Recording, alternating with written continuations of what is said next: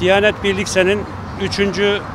kuruluş yıl dönümü olan bu günlerde Diyanet İşleri Başkanlığı'nda çalışan personelimizle ilgili genel idarede, teknik hizmetlerde ve yardımcı hizmetler sınıfında çalışan personelin 3600 ek göstergeden faydalandırılmaması sebebiyle bugün teşkilatlarımızda, il başkanlıklarımız aracılığıyla toplu olarak eş zamanlı basın açıklaması yapılıyor. Arkadaşlarımız bütün müftülüklerde, müftülüklerin önünde şu anda 3600 ek gösterge için basın açıklaması yapıyorlar. Biz de Diyanet Birliksel Genel Merkezi olarak bugün Diyanet İşleri Başkanlığı konferans salonunda Diyanet çalışanlarını bilgilendirme amaçlı bir toplantı gerçekleştirdik ve bu konuyla ilgili Diyanet çalışanlarını bilgilendirdik. 3600 ek gösterge biliyorsunuz meclisten geçti ve kanunlaştı.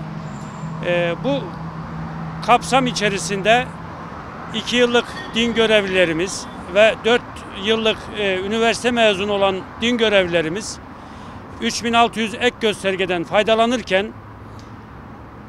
Diyanet merkezinde ve müftülüklerimizde çalışan, daha önceden İmam Hatiplik müktesebi bulunan, şu anda genel idarede, teknik hizmetlerde ve yardımcı hizmetlere geçen personelimiz 3600 ek gösterge kapsamı dışında tutularak mağdur edildi.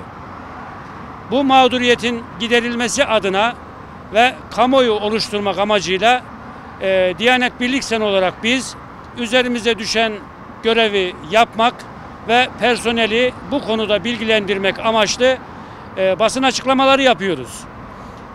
Bu yapılan haksızlığın giderilmesini istiyoruz. Cumhurbaşkanımıza bu konuyla ilgili yetkiler verilmiştir. Bu yetki çerçevesinde 3600 ek göstergeden faydalanamayan Diyanet personelinin de şartları tutan, 1. dereceye gelmiş, yüksekokul mezunu, emekliliği yaklaşan personelimizin bu haktan faydalandırılmasını istiyoruz. Türkiye Büyük Millet Meclisi Ekim ayında açılacak.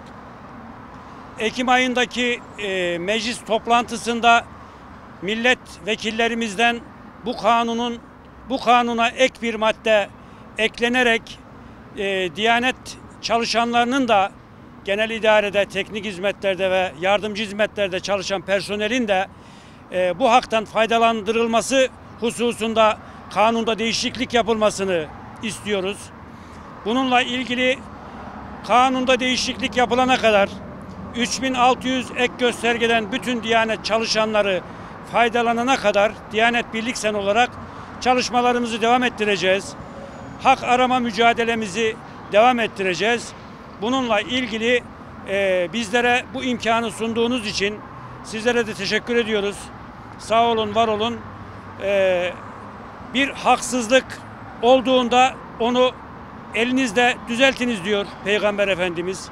Elinizde düzeltemiyorsanız dilinizle düzeltiniz.